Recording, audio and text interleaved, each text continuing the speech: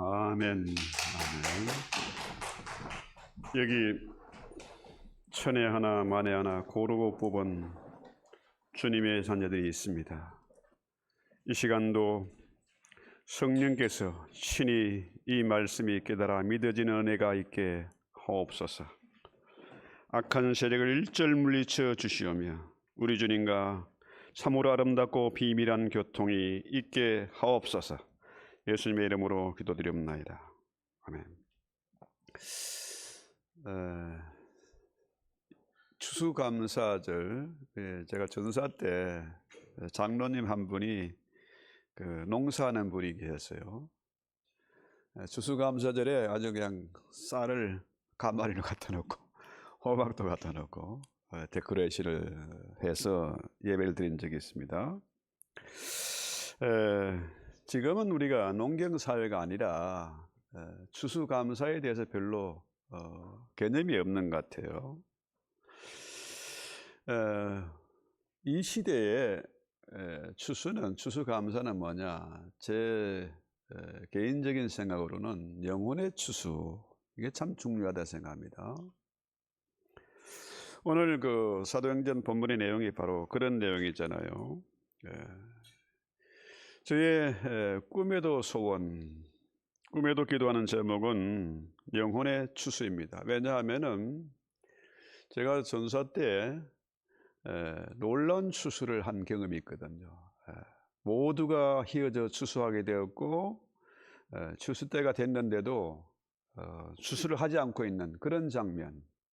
그런데 놀랍게도 한순간에 그 엄청 눈에도 끝이 안 보이는 그런 들판의 추수를 순식간에 해치운 그런 비전. 그것 때문에 제가 지금까지 이 꿈을 가지고 기도해왔고 또 기다려왔습니다.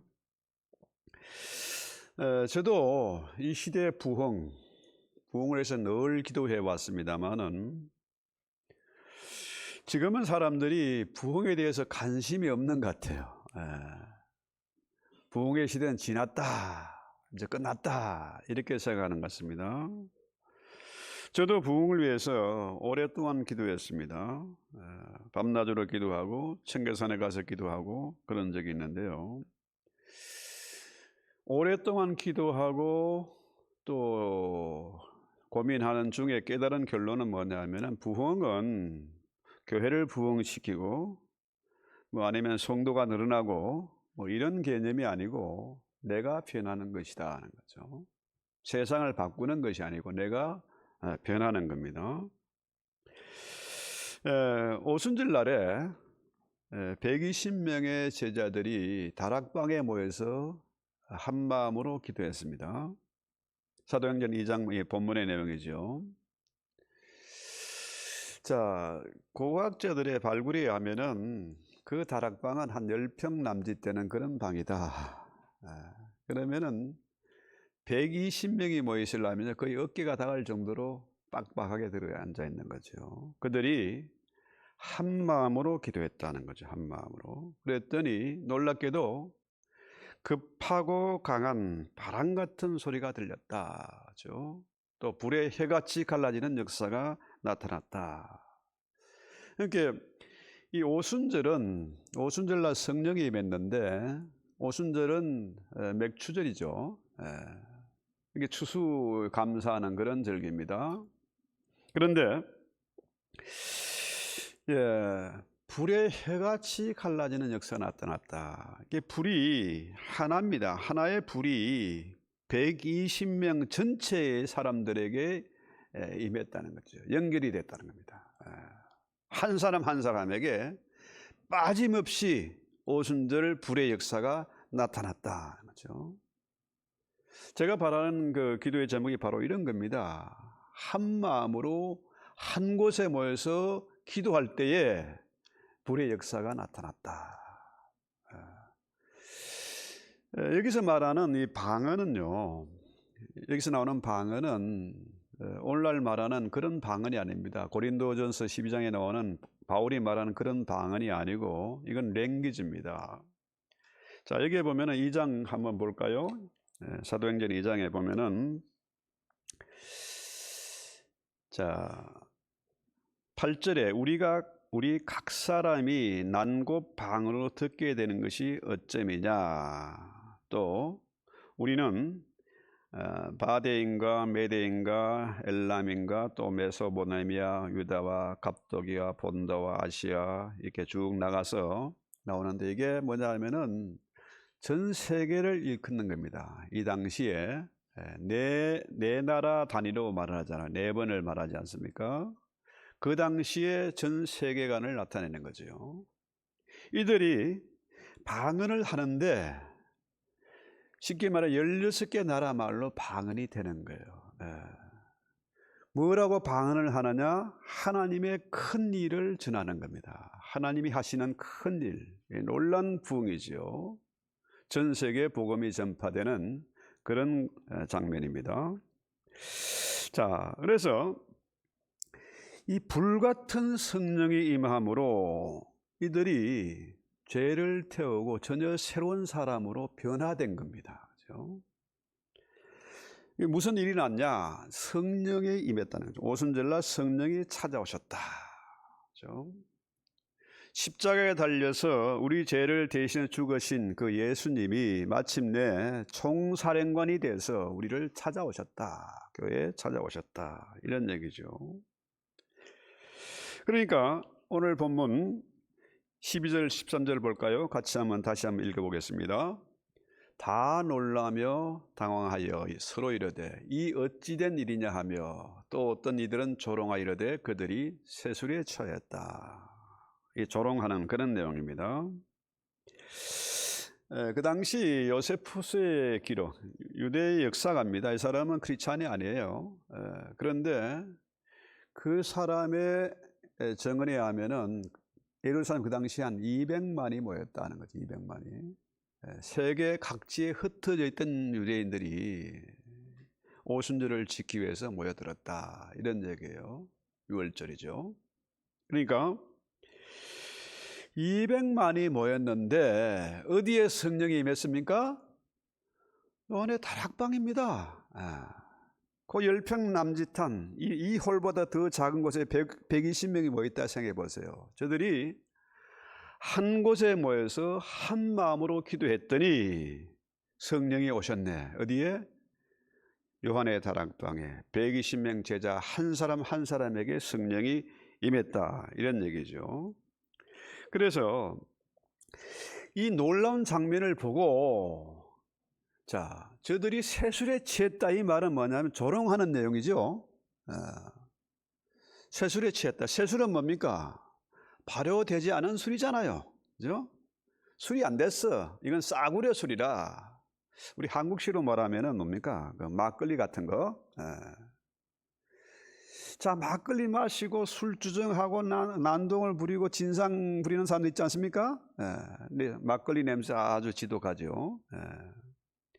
그런 장면으로 생각하고 이제 모욕을 하고 조롱을 하는 그런 내용입니다. 그런데 실제로 뭡니까? 성령이 임한 겁니다. 성령이 임하니까 부흥이 일어났어요. 부흥은 뭡니까? 회개하고 기도했더니 어떻게 해요? 그들이 새로운 사람이 됐다. 중생을 했다는 거죠. born again. 그러니까 이들이 갈릴리 촌 사람들 아닙니까? 무식하고 정말로 촌놈들 이런 사람들이 전 세계 16개 나라의 말로 방언으로 하나님의 큰 일을 전하니까 이 어째서 이런 일이 있을 수 있냐? 이거 말도 안 된다 이거. 마치 저것들이 술에 취해가지고 난동 부리는 것 같다. 그렇게 조롱을 하는 거죠. 여러분, 성령이 임하심, 방언이 터짐, 이게 뭡니까? 내 안에 부흥이 일어난 거예요. 내가 변하게 된 거죠. 자, 이 부흥이 사람들을 속이는 뭐 체면술 같은 이런 거 아닙니다. 그렇죠? 또 이게 마귀 장난이 아니에요. 마귀가 부흥하면은 교회가 부흥하면 좋아하겠습니까? 싫어하겠습니까? 당연히 마귀 장난이 아닙니다. 성령이 임한 거예요.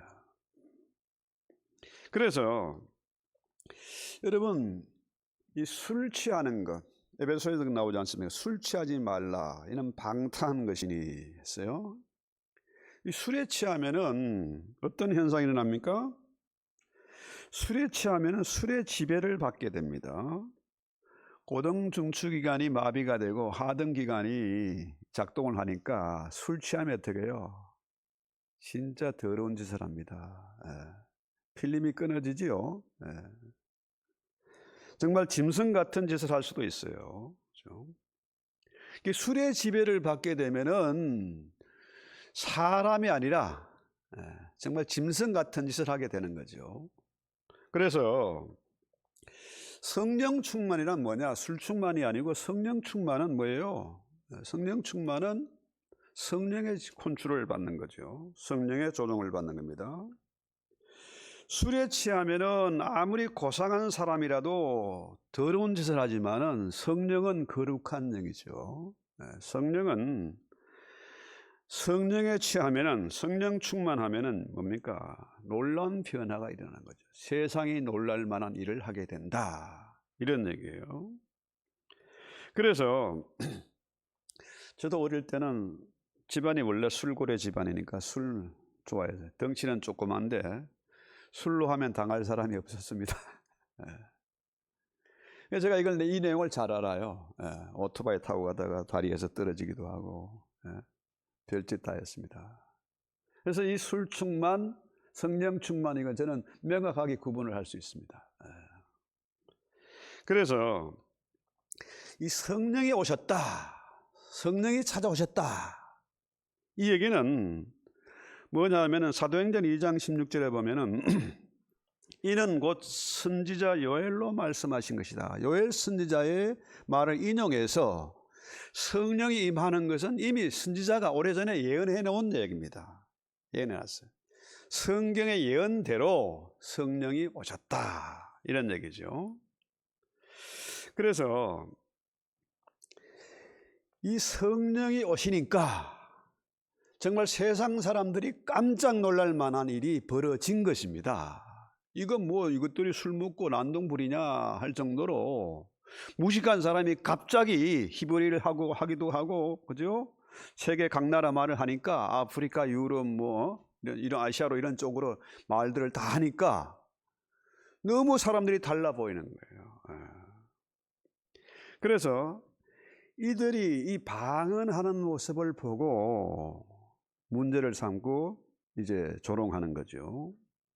여러분, 원래 언어가 하나였잖아요. 창세기에 보면 원래가 하나였습니다. 그런데 바벨탑 사건에 의해서 언어가 갈라졌어요. 죄의 문제가 바로 교만의 문제죠. 인간이 교만해서 우리가 하늘 높이 올라가자, 그죠? 그래 했는데 갑자기 어떻게 해요? 내가 한국말로 했는데 저것들은 아프리카 말로 알아듣고 일본 말로 알아듣고 이렇게 하니까 이 바벨탑이 무너지고 그때부터 사람들이 언어에 따라서 갈라지게 됐지 않습니까? 성령이 오셨다 이 얘기는 뭡니까? 성령이 오셨다는 것은 각 사람이 내가 한국말 해도 저 사람들이 미국 말로 알아듣고 아프리카 말로 알아듣고 중국말로 알아듣는 겁니다. 희한하게 이런 역사가, 언어가 하나 되는 역사가 나타난 거죠. 이 장면을 보면요, 에스겔서 37장에 보면은 에스겔 골짜기의 마른 뼈다귀들이 어떻게 해요? 서로 연결되고 또 어떻게 해요? 또 살이 생기고 가죽이 덮이고 이제 마침내 어떻게 해요? 근육에 생기가 들어가서 큰 군대가 됐다. 이런 내용이 나오지 않습니까? 성령이 임하면은 죽었던 자들이, 그죠? 영이 죽었던 자들이 살아서 연결되고 하나님의 군대가 된다. 하나님의 큰 일을 감당하는 자가 된다. 이런 얘기죠. 이것은 태초에 하나님이 천지를 창조하실 때 사람을 지을 때 어떤 얘기입니까? 흙으로 사람을 지으시고 그 코에 생기를 불어넣었더니 생명이 됐다. 리빙 소울이 됐다. 그죠? 살아있게 됐다는 거죠. 그래서 이 성령이 임하면은 어떻게 해요? 부흥이 일어나는 겁니다. 부흥이. 내가 변하게 되는 거죠. 예. 그동안의 교회들이 팬데믹 3년을 거치면서 엄청나게 세상에 조롱을 받고 공격을 받고 침체되고 교회가 무너지고 했습니다. 선교지가 초토화됐습니다. 이 시대에 정말 절실한 게 뭘까요? 절실한 것이 바로 부흥입니다. 성령의 역사가 나타나야 된다는 거죠. 예. 그래서 오순절 날에 급하고 강한 바람 소리 같은 것이 나고 불에 혀같이 갈라지는 역사가 나타나서 마침내 어떻게 해요? 사람들이 방언으로 말했어요.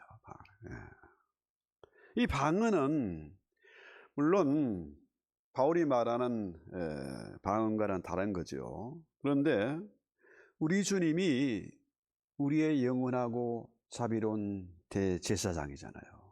지금도 우리를 위해서 말할 수 없는 탄식으로 대신 간구하시고 하나님 우편에서 지금도 우리를 위해서 중보기도 하고 계세요. 그분이 우리 교회의 사정도 아시고 여러분 각 사람의 사정도 아시고 아픔도 다 아십니다. 여러분의 기도 제목도 다 알고 있어요. 그렇죠? 그런데 그 제사장이 구약 시대에는 제사를 드릴 때에 뭐 방울을 달고 들어간다 하잖아요. 네, 방울. 왜냐하면은 방울 소리가 딸랑딸랑 나면은 우리의 제사가 연락되었구나. 제사장이 우리를 위해서 대신 제사를 드리는데 그 제사장이 죽지 않고 살아있구나. 이게 방울 소리는 딸랑딸랑 하는 건 뭡니까? 굿뉴스예요. 아하, 우리 제사가 연락됐고 제사장이 살아있구나. 이런 얘기죠. 그래서 이 방언이란 것은 구약 시대의 제사장의 방울 소리와 같은 겁니다. 그죠? 그래서 우리 주님이 지금도 우리 위해서 중보기도 하고 계세요. 왜? 성령이 나타나고 방언이 터졌으니까. 그죠? 또 그 주에 보내신 성령이 내 안에 계셔서 나를 대신해서 말할 수 없는 탄식으로 대신 간구하신다. 이 얘기입니다. 굿뉴스잖아요. 너무나 감사하고 기쁜 일이죠. 여러분 지금 뭐 4차 산업혁명 엄청난 일이 지금 벌어지고 있는 겁니다. 그렇죠? 인공지능이 생겨나고 슈퍼컴, 이걸 슈퍼컴보다 훨씬 뛰어난 거, 양자 컴퓨터라고 하죠. 예. 이게 우리의 뭐 상상을 초월하는 겁니다. 어마어마한 거예요. 예. 여기다가 무슨 4차 산업의 무슨 그 모빌리티, 이제는 뭡니까? 택시가, 드론 택시가 일반 택시보다 요금이 적어. 안전하게 날아가고 공해도 없고, 그죠? 전기차라든지 이런 것들이 어마어마하게 지금 변하고 있어요. 그러니까 이 AI가 등장함으로 앞으로 우리 인류의 한 90%의 자업을 잃어버리게 된다. 참 무서운 세상이 다가오고 있는 거죠. 그런데 우리가 아직까지 옛날 사고방식에 쩔어가지고 불안해하고 초조하고, 그죠? 낙심할 필요가 없다는 거죠. 역사는 반복이 되는데 2차 산업 혁명 당시에 수많은 실업자가 생기고 난리가 날 걸로 생각했습니다. 그러나 세상이 망하지 않고 어떻게 해요? 더 편안하고 풍족하고 발전된 세상이 됐습니다. 그래서 지금 많은 사람들이 이것 때문에 고민하고 불안해서 투자도 못하고 돈도 못 쓰고, 그러니까 경기가 자꾸 침체되잖아요. 그죠? 요즘 뭐 식당가에 가도 사람 별로 많지 않아요. 그만큼 불안하고 경기가 안 좋다, 뭐 이런 얘기가 되죠. 그런데 이 AI가, 인공지능이 이제 나타나고 그런 시대가 되므로 우리 한국의 그 한글이 정말 전 세계 지금 주목을 받고 있지 않습니까? 이미 한글이 유엔에서 공용어가 됐습니다. 공용어가 되고 이러보다 더 빨리 된 거죠. 그 다음에 인공지능 데이터를 수신하고 이렇게 지시를 하는 이 속도가 한글이 제일 정확하고 제일로 빠르다는 거예요. 그러면 앞으로 어떻게 해요? 전 세계가 한글을 공부하지 않을 수가 없어. 그래서 아까 말씀드린 대로 오순절 성령이, 급하고 바람 같은 성령이 불의 혀같이 갈라지는 역사가 나타나니까 어떻게 해요? 혀가 꼬부러지는 거 아닙니까? 제가 영어 발음이 잘 안 돼요. 그래서 잘 못 쓰는데, 이게 혀가 꼬부러지면은 불의 혀 같은 소리지 아닙니까? 이게 되면은 언어에 장애가 없다는 거죠. 그런데 AI 시대가 돼서 말 때문에, 언어 때문에 선교에 방해받을 일이 없게 됐다. 이런 얘기예요. 놀라운 일입니다. 여러분, 역사상 세계 역사를 보면요, 교회가 강성할 때, 교회가 힘이 있고 교회가 선교의 힘을 쏟을 때 어떻게 해요? 하나님은 그 나라를 복을 주셨어요. 강국이 되게 하셨습니다. 구라파가 그랬습니다. 그렇죠? 미국이 그랬어요. 한국 역시 마찬가지로 하나님이 선교하는 나라를 가장 이뻐하시고 복을 주세요. 신기한 일입니다. 여러분, 그 필리핀 박정희가 1961년에 군사혁명을 일으켰지 않습니까? 그 당시에 GDP가 필리핀이 한국보다 10배나 높았어요. 한국 80불 할 때 필리핀은 800불이 넘었거든요. 그런데 지금 60년대부터 하면 지금 몇 년입니까? 2024년 됐으니까 40년, 한 60년밖에 안 됐네. 60년 만에 어떤 변화가 일어났습니까? 필리핀에 대학 나오고 뭐 교사하던 이런 사람들이 지금 한국에 뭐하러 와 있습니까? 파출부하러 와 있어요. 한국에 지금 뭐 공장에 뭐 농장에 필리핀 노동자들 와 있습니다. 왜? 하나님께서 선교하는 나라를 복을 주셨기 때문에 그렇습니다. 이 선교는 하나님의 큰 일입니다. 가장 기뻐하는 일이고 좋아하실 일이니까 그 나라를 이뻐하고 복을 주실 수밖에 없어. 이 대한민국은 조그만 나라입니다. 그것도 남북으로 분단되어 있어요. 이런 나라가 어떻게 지금 이런 어마어마한 발전을 하고 강대국이 됐을까요? 그렇죠? 이미 일제시대 때 우리 믿음의 선조들은 그 가난한 시절, 남의 식민 통치를 받고 있는 그 상황에서도 선교 한국을 위해서 자기들이 제사장 나라라고 하면서 기도했습니다. 그 기도가 이루어진 거잖아요. 이렇게 놀라운 일이 일어나고 이렇게 하나님 엄청난 복을 주셨는데 지금 교회들이 어떻게 돼 있냐? 부흥에 관심이 없습니다. 선교의 동력이 떨어지고 열정도 식어지고 있습니다. 그렇죠? 그래서 지금 우리에게 절실하게 필요한 것은 부흥입니다. 그렇죠? 자, 성령 세례를 받아서 성령이 우리 안에 임하심으로 우리가 하나님의 자녀가 되고 어떻게 해요? 우리는 그리스도의 신부가 됐지 않습니까? 이 놀라운 일이 아닙니까? 어떻게 나 같은 사람이 그리스도의 신부가 되고 나 같은 사람이 어떻게 목사가 됐냐? 이건 말이 안 되는 거예요. 그런데 하나님께서 당신의 나라를 위해서, 그죠? 선교를 위해서 이 크고 놀라운 일을 주신 거죠. 부흥을 주신 겁니다. 그죠? 제 개인적으로 놀라운 부흥이 일어난 거예요. 맨날 조상 제사 할아버지 따라 제사 지내고 술 좋아하던 그런 집안의 아이가, 가난한 농촌의 자녀가 여기 와서 목사가 된 이것만 해도 놀라운 일이죠. 그런데요, 문제는 이 성령 충만은 생활해야 된다. 성령 충만. 술 충만하면 안 되고 성령 충만해야 된다는 거죠. 성령 충만하기 위해서 가장 제가 중요하게 생각하는 것은 방언 기도입니다. 방언이 터져야 돼요. 여러분, 나는 방언 안 받아 그렇게 걱정할 필요 없어요. 정말로 우리가 한 곳에 모여서 한 마음을 가지고 기도하면 하나님이 불의 혀같이 갈라진 역사가 나타나게 되어 있습니다. 왜 방언이냐? 방언은요, 비밀한, 은밀한 기도입니다. 왜 비밀하냐? 하나님은 은밀한 중에 계시고 은밀한 곳에서 은밀하게 기도하는 것이 방언 기도잖아요. 랄랄라 하는 그런 기도가 아닙니다. 비밀한 기도예요. 왜?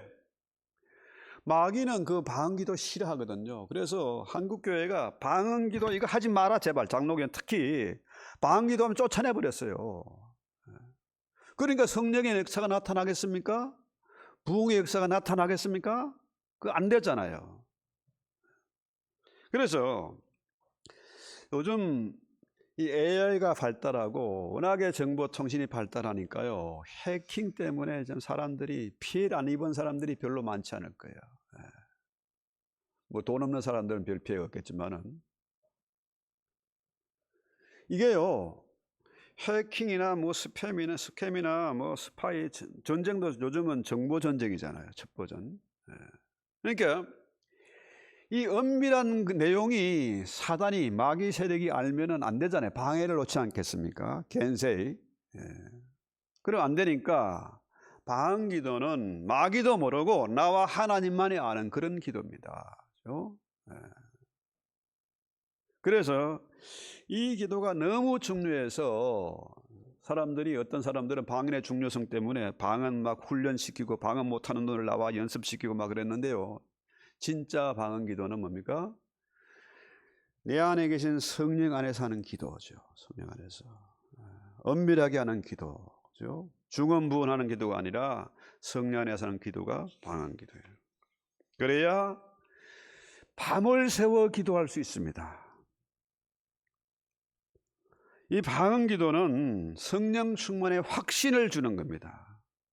의심과 두려움을 몰아내고 우리의 믿음이 살아나게 만들어요. 그렇죠? 자, 성령이라는 거, 영, 기, 바람이잖아요. 바람. 성령은 바람 같은 성령입니다. 불 같은 성령입니다. 그렇죠? 한번 산불 나는 거 구경해 본 적 있습니까? 저는 어릴 때 불장 나다 봤거든요. 어마어마합니다. 불이 날아다녀요. 여러분, 바람은 뭡니까? 내가 마음대로 할 수 있는 게 아니에요. 바람은 지멋대로 부는 겁니다. 그렇죠? 그래서 이 바람이, 이 기가요, 살아있어야 돼요. 성도는 기가 살아있어야 돼요. 어디 맨 어깨 축 처져가지고 한 푼 줍쇼하는 거지처럼 그렇게 살아서는 안 되잖아요. 우리 딸이 그 브라질인가 돼 가서 뭐 공연을 갔다 와서 하는 얘기가 그래요. 길에 가면은 개들이 그렇게 많대. 돌아다니는 유기견들이 많고 주인 따라다니는 개도 있는데, 버리진 개들은 이렇게 다닌대요. 고개가 축 처진. 근데 주인이 있는 개는 기가 살아 있어서 멍멍 잘 짖는 거죠. 성도는, 성령이 내 안에 거하는 성도는요, 뭡니까? 기가 살아 있어요. 기똥차다. 기가 살아 있는 거죠. 기가 막힌다. 기가 막힌 거예요. 성도는 기가 살아있어야 돼요. 어느 경우를 만나든지 겁내거나 낙심하거나 하지 말고 기똥차게 살아야 된다는 거죠. 그래서 이 방언 기도는 살아있는 기도입니다. 기똥찬 기도예요. 마귀를 오히려 물리치고 마귀의 진을 무너뜨리고, 그 기도는 홍해를 가르기도 하고 요단강을 말리기도 하는 거죠. 그래서 방언으로 하는 기도, 방언으로 하는 찬양은요, 하나님께 영광을 돌리는 겁니다. 하나님을 높이는 거예요. 주님을 높이니까 주님이 알아서 어떻게 해요? 문제를 해결해 주시죠. 나는 할 수 없지만 하나님은 할 수 있지 않습니까? 그래서 방언 기도는 우리가 내일을 모르지 않습니까? 내일 무슨 일이 벌어질지 몰라. 다음 주에, 다음 달에 무슨 일이 벌어질지 몰라요. 그런데 방언 기도는 내일을 준비하는 기도입니다. 나는 모르지만 우리 주님은 아시잖아요. 그분 우리 모든 미래를 설계하신 분 아닙니까? 우리 부모보다, 와이프보다 나를 더 잘 아시고 나보다 나를 더 잘 아시는 분이 주님이시잖아요. 그래서 바울도 어떻게 해요? 방언하지 마 이렇게 하지 않고 고린도서 14장에 보면 뭐라 그래요? 나도 방언 많이 한다. 그죠? 그 얘기 하잖아요. 그래서 성령께서 우리를 찾아오시고 성령 충만을 원하시고 방언 기도를 하는 이유는 뭡니까? 사도행전 1장 8절 그대로죠. 오직 성령이 너희에게 임하시면 너희가 권능을 받고 예루살렘과 온 유대와 사마리아와 땅끝까지 이르러 내 증인이 되라. 그렇죠? 이거 가장 중요한 일입니다. 이 일이 하나님의 큰 일이에요. 하나님이 나 같은 사람을 불러주시고 성령 충만을 주시는 이유는 뭘까요? 그 이유는 하나님의 큰 일을 감당하라는 거죠. 땅끝까지 증인되라는 겁니다. 그렇죠? 그 문제는 우리 현대인들이 너무 똑똑해. 특히 미국에 이민 와 있는 분들은 더 똑똑해. 그러니까 너무 아는 게 많고 똑똑하니까 계산이 밝아. 그러니까 어떻게 해요? 내 생각, 내 고집, 내 욕심을 꺾지를 못해요. 죽지를 못하는 겁니다. 그래서 내가 죽어야 내 탓이요 해야 그래야 문제가 해결됩니다. 그래야 성령의 은혜가 임해요. 내 고집, 내 욕심, 쓸데없는 똥고집을 꺾는 거 이게 해결이고 이게 성령 충만이잖아요. 그래서 오순절 성령을 통해서 120명의 제자들이 방언을 말하는 것은 놀라운 충격입니다. 충격이죠. 도저히 믿어지지 않는 놀라운 일이 벌어졌습니다. 이제 그 구원이 유대인뿐만 아니라 온 유대와 사마리아와 땅끝까지 전파될 것이다. 어떻게 해요? 저와 여러분을 통해서 그 일이 이루어질 것이다 하는 거죠. 할렐루야. 아주 중요한 겁니다. 그래서 이 방언은 다 통일됐습니다. 한국에 옛날에 온 그 선교사들이 한국이 어디에 붙었는지도 몰랐어요. 이름도 몰랐습니다. 한국을 당연히 못하죠. 그런데 그들이 와서 무슨 일을 했습니까? 학교도 세우고 병원도 세우고 과원도 세우고 교회를 세워서 얼마나 놀라운 일들을 했습니까? 그래서 주님 똑같이 우리에게 그 일을 원하세요. 요한복음 17장 18절 한번 볼까요? 자, 아버지께서 나를 세상에 보낸 것 같이 나도 저희를 세상에 보내었고 했어요. 자, 성령이 오신 목적은 뭡니까? 다시 그분이 나를 찾아오신 목적은 뭐 하라고요? 나도 우리를 세상 가운데 보내시려고. 그렇죠? 보냄을 받은 자로서 이 땅에 오셨고 그분 또한 우리를 어떻게 해요? 보낸다. 그래서 저와 여러분이 모두가 뭡니까? 주님으로부터 보냄을 받은 자들이에요.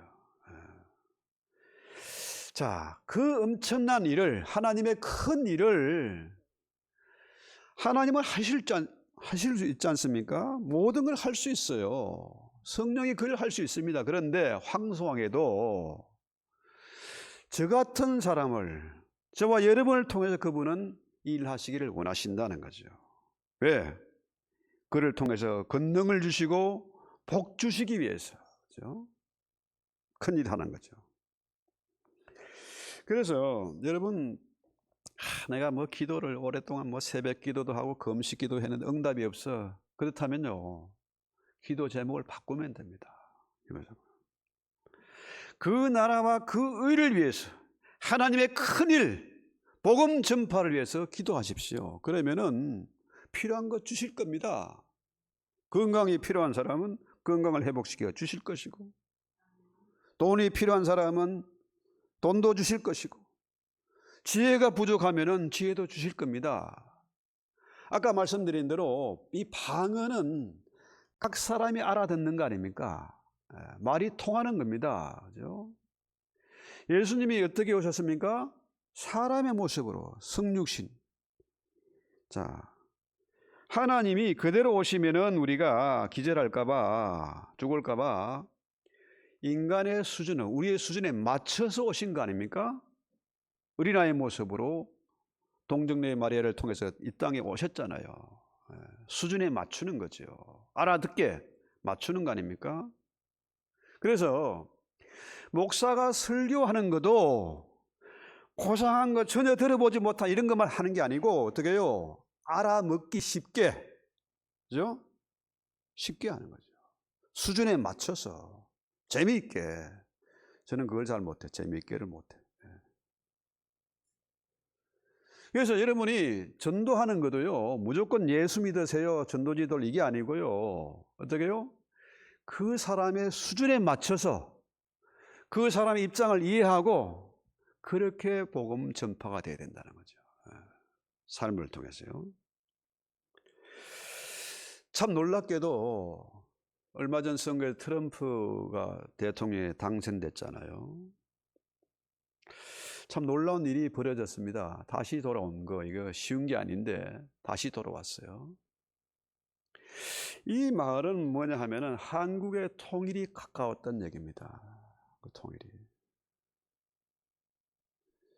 이 트럼프는요, 한다면 하는 사람입니다. 지고는 못 사는 사람이에요. 제가 넷플릭스인가? 그 영화 하나 나온 게 있더라. 트럼프 영화를 비하하는 그런 영화인데요. 그 영화 한번 잠깐 봤는데, TV로. 거기 나오더라고요.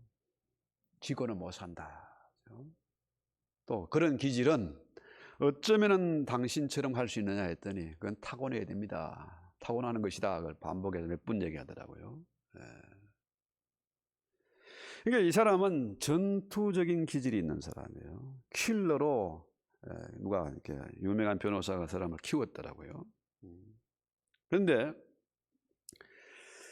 우리가 이 트럼프 당선을 보면서 생각하는 것은 통일이 가까웠다.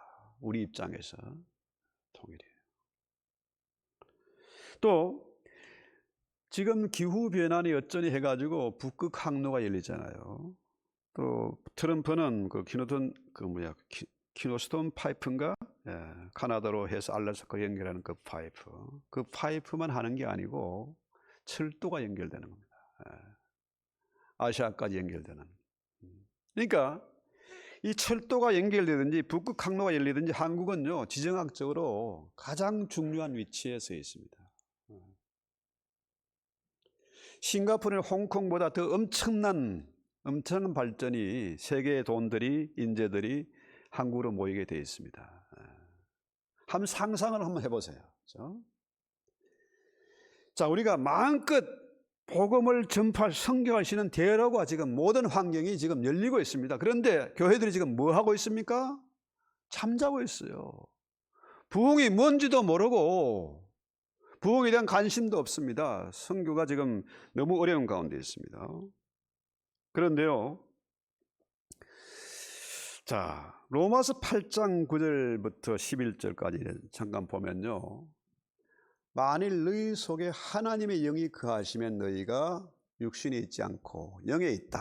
누구든지 그리스도의 영이 없으면 그리스도의 사람이 아니다. 자, 이 말대로 우리 안에 하나님의 성령이 오셨기 때문에 우리가 하나님의 사람이에요. 하나님의 성령이 운행하시기 때문에 이 교회가 하나님의 교회입니다. 주님의 교회잖아요. 이게 없으면은 하나님의 사람도 아니고 하나님의 교회도 아닙니다. 이건 성령이 하시는 일입니다. 문제는 성령이 내 안에 거하신다, 이 말은 뭘까요? 내가 주님의 친구고 주님과 동행하는 사람이고 그리스도의 신부도 하는 거죠. 신부. 자, 신랑과 신부는 동격이잖아요. 그렇지 않습니까? 남편이 더 높고 아내가 더 낫고 이거 아닙니다. 동격이라.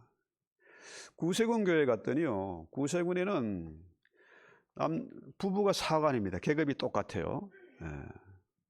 똑같이 페이를 받습니다. 남편이 더 많이 받고 여자가 더 적게 받고 아닙니다. 그런데 우리 장로교회는 보면 어떻게 해요? 특히 이민사회 보니까 우리 친구 목사가 그 얘기를 하더라고요. 딱 교회 부임해 갔는데 왕언니가 딱 와가지고는 그러더래요. 사모는 우리 밥인 줄 아시죠? 그러더래요. 목사와 사모가 동급이라 함부로 대하면 안 돼요. 네. 물론 서로 친밀하게 서로 통하는 사이니까 하지만은요, 우리가 그리스도의 신부다. 신부와 동일체고 운명 공동체라. 내 마음대로 살 수도 없고 내 마음대로 죽을 수도 없는 그런 위치에 우리가 서 있다는 얘기입니다. 망할 수가 없어요. 모든 것이 합력해서 선을 이루는 겁니다. 그렇죠? 그래서 우리의 운명을 내 마음대로 결정지지를 못해요. 성령이 임하셨다. 이게 뭡니까? 주님과 결혼한 사이다 하는 거죠. 결혼식을 스무스 합니까? 결혼식은 하객들 불러 모아서 하늘과 땅을 정인 삼아가지고 하객들과 더불어서 결혼식 하는 거 아닙니까? 이미 우리는 주님의 신부이고 주님과 공동체고 운명 공동체고 주님과 동등한 사람이다 하는 거죠. 이게 얼마나 놀라운 기쁜 소식이냐, 그렇죠? 너무나 감사한 소식이다. 우리 2023년 추수감사절은 정말 감사할 것이 넘쳐나고 너무너무 기쁘고 생각만 해도 막 꿈을 꾸게 되고 상상만 해도 그죠? 신나는 일이 벌어지는 거예요. 유기견처럼 국에 푹 쓰이고 쭈그리고 다니지 말고 우리는 하나님의 자녀고 주님의 신부다. 우리는 하나님의 큰 일을 맡은 사람이라는 거죠. 시시한 일들이 아니고 어마어마한 일들이 우리를 기다리고 있다. 그래서 AI 시대, 무슨 4차 산업혁명 시대, 이 시대에 우리가 기죽지 말고 불안해하지 말고 큰 꿈을 가지고 우리 감사하면서 찬송하면서 주님과 교통하면서 그렇게 이 한 해를 마무리하고 또 힘차게 달려갔으면 좋겠습니다. 우리 찬송하고 기도합시다. 내가 매일 기쁘게 말씀을 생각하면서 우리 힘차게 찬송합시다.